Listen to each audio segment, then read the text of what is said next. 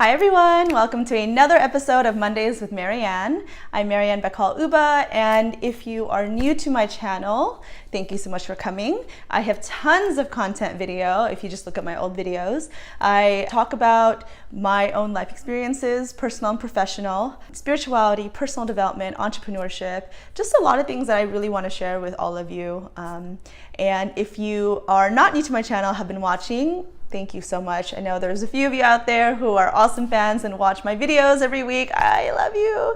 Thank you so much for your support. I see you all. So I'm actually going to dive right into the topic for today, which is how I got into this plant-based lifestyle and veganism.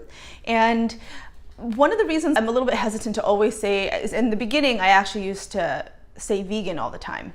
And not that I'm uncomfortable saying it, but the whole labels behind it, because what I've realized, I have a lot of friends who are not vegan, they get scared and they just they kind of close up and they're not open to when they hear vegan, they're like, oh my God, no, no, no. And I feel that I believe in this movement, and I believe in not eating animals and that they're all sentient beings, and that we should be more conscious of how we take care of ourselves, the environment, Mother Earth, all of that. But instead of being very preachy, which I realized in the beginning I kind of a little bit was, I kind of think of it as, those, and this is for me, there's a lot of people who are super religious that kind of shove their dogma down people's throats and kind of it's either this way or the highway. And I don't believe in that. That's not my beliefs. I feel that everyone is in their own journey, in their own time. And even if my beliefs and your beliefs aren't in alignment, I don't have to force you to believe what I believe in, because, even if I don't agree with you, necessarily don't have to have you in my life. I can keep my distance, but I don't need to force what I believe down your throat. See what I'm saying? And so my lifestyle is my choice, just as your lifestyle is your choice. I do want to educate people and share my experiences and really lead their example and just live my life. And this is how I live my life. And I feel that is more effective than you forcing someone, telling them to do this. A lot of people, when you tell someone to do something, I don't know about you guys, when someone forces me to do something, I'm like, no. No one is going to force me to do anything. I want to come to this on my own and really see the benefits and kind of, figure it out on my own. But that's me.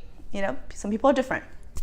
So I wanted to share kind of how I got into this lifestyle, because if you all know me from, well, there's a few of you that do, from my old days called Marian the Foodie, I was a food writer and a food blogger, and I used to eat for a living basically, and I ate a lot of meat. And I'm also Filipino, and so we grow up in a culture where there's a lot of meat. Lechon is a full pig, and they eat the full pig, and there's a lot of meat, breakfast, lunch, and dinner. And that used to be my lifestyle. And about 4 years ago when I moved to Miami and I started kind of really delving into spirituality and myself, kind of what worked for me, I started watching documentaries and educating myself and doing research about sentient beings and how we are treating these animals in these slaughterhouses and in these horrible conditions where these beautiful animals are confined to these pens and cells and are sad, miserable, they're sick, they're in pain, so much pain, the look in their eyes, and then they're killed for us to eat and to live. It struck me, and it just, I get chills. I see that, I feel that. And so I started dabbling into, okay, what would happen if I removed meat? And being as gung-ho as I was, I tend to be the type of person to just jump right in. And when I jump into a lot of stuff and I don't really think it over, a lot of times it doesn't necessarily go right. I fail a lot, but which is fine, because life is about trying what works for you and what doesn't. And I realized when I went cold turkey, I was good for a while, and then I totally ate meat, and then I felt super guilty, and I was like, I'm a horrible human being, I can't even save animals. And that was kind of what happened. And so I realized what worked for me, and what has always worked for me when I really want to make things a lifestyle change versus a diet, is to do things gradually and kind of replace things slowly. This is how I have incorporated meditation into my daily life. And now I'm a meditation teacher, which is crazy because I never would have thought that. And also never say never, because I used to say never, like never eat meat, whatever. And here I am, I don't eat meat. And this is my lifestyle. And so the gradual changes, so you can actually look back in my old meditation videos. I'll actually put a link to it below, as well as links to all the documentaries that I was talking about that I used to educate myself. I started doing it little by little. So for meditation for me, and before I would dive right in, I'm gonna meditate for 10 minutes, being an overachiever that I am, meditate for 10 minutes and it's gonna start now. And it was like this aggressive approach. And I sat down and my head just kept getting louder, and all the things I had to do, my to-do list, and I was going crazy. Like my monkey mind was literally monkeying around everywhere, and I couldn't. And it wasn't until I started doing incremental small steps, 1 minute, 2 minute, 3, incorporating in my daily lifestyle, that I've seen a difference. And now I meditate daily, and I bring meditation and mindfulness to my daily life, and it's really changed my life and my perspective. So let me get back to the plant-based lifestyle. That's how it was. That's how I really had it stick for me. So the cold turkey thing didn't work. So I started cutting out beef. I was like, okay, let me just do a little bit. So instead of 3 meals that had meat, I started doing 1 meal that was plant-based and then 2 that had meat. Maybe for breakfast, instead of bacon and eggs, I would have a shake or oatmeal or something. Or for lunch, instead of something with meat, I'd maybe have a salad that didn't have meat, or something with vegetables. And I just started replacing things little by little, and started cooking more and educating myself, and really diving in that there was actually so many options. I think one of the misconceptions about going plant-based and veganism is that we have nothing to eat and all we eat is like boring salad, which is so untrue. So untrue. And plus, when you also change your lifestyle and eat more fruits and vegetables, your body actually craves that more. So when I eat too much like heavy carbs and there's not enough fiber and a lot of vegetables in my diet, and need to up the vegetables, my body actually starts craving it. I start feeling slow. So it becomes this intuitive thing and what feels good for your body. And so that's how it started. So it's just little by little. From beef, then to pork, then to poultry, turkey and chicken, and then seafood, which was one of the hardest for me because I loved sushi. Loved sushi. I was a big uni eater. Sushi. I loved fish, shrimp, crabs, lobster, all of that. And now I don't eat it. Oysters, I used to love fresh oysters. And so what I also did around that same time is I continued to educate myself. I continued to educate myself on what we're doing to our planet, and how we're overfishing, and how, everyone loves tuna, right? And tuna is being overfished. Before we know it, we will have no more tuna because we are overfishing. Salmon, people love salmon, but there's a lot that are farm raised. There's a lot of fish like tilapia that are farm raised, and the conditions in these farms are horrendous.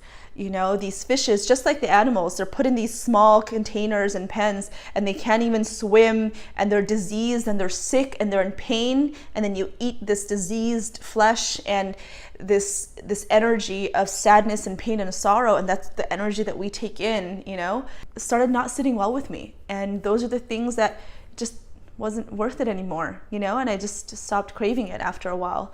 There's times that I see it, but I'm not tempted, because I know that my decision and my choices make a ripple effect into everything. And I'm actually going to do another episode about conscious living and living a conscious lifestyle. Little by little, that's what happened. And I started experimenting more with I've started using ingredients that I haven't even used before. There's different types of quinoa, couscous, different pastas, different breads, different ways of making salads and making Buddha bowls, different fruits, and buying things that are seasonal from the farmer's market. It's been so fun. And this is my lifestyle now. And I love it. And a lot of the amazing things that have happened is that I've started influencing in a positive way through my own actions some of my family and friends to adopt more. Maybe they haven't necessarily they're not fully plant-based or not fully vegan, but they're reducing meat. A lot of people for Lent, my friends and family who are Catholic or Christian and who are doing Lent, gave up meat for 40 days. And every little thing counts, and then you start feeling the changes in your body and you start feeling good. I lost weight naturally. You know, I wasn't really like trying hard to count everything. I used to I had a weigh scale before when I was doing keto and eating a ton of meat, and you know, I did lose the weight, but I was like counting everything and measuring, and I didn't want to do that. Now I'm intuitively eating. I eat when I'm hungry, I eat when I want, and I've been maintaining a pretty good lifestyle. And I know that if I hit the gym more and are even more active with just not eating as much carbs and sweets, because that is my downfall, I can lose more weight if I wanted to. But I just feel better, you know, I do by not eating meat. So that is my advice to you if you are even curious about adopting a plant-based vegan lifestyle. One, listen to your body, listen to yourself, listen to your mind. Once you start really eating this way, you'll start craving these fruits and vegetables. Two, take it step by step. You know, you don't have to go cold turkey. If you want to, you can. And if you're able to, that's amazing. But step by step, that's what worked for me. You know, start replacing certain meals, start educating yourself. That'd be the third one. Start educating yourself on the benefits of this lifestyle for yourself, for your health, for the planet, for all the animals.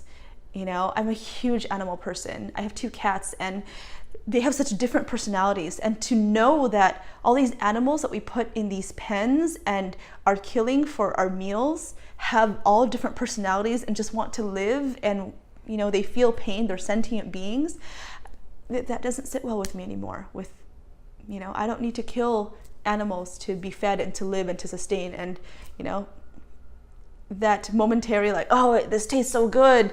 Yeah, it tastes good, but I don't know, it's for me, it's not worth it anymore. You can have that same feeling of like, oh, this tastes good with plant-based options. That's my advice. If you have any questions, I share a lot on Instagram, and I'll answer all your questions. Not always easy, I know, because you know, we have cravings, but you know, if you're on this journey and you just like working out and meditation and in this journey and this practice, it's a practice. And especially in the beginning, if you falter and you like cave in, forgive yourself and go back to the lifestyle that you want to live. And before you know it, this will be a lifestyle instead of just a diet. So thank you so much for tuning in. Hope to see you on Instagram because I post a lot, and I will see you next week. Thank you so much.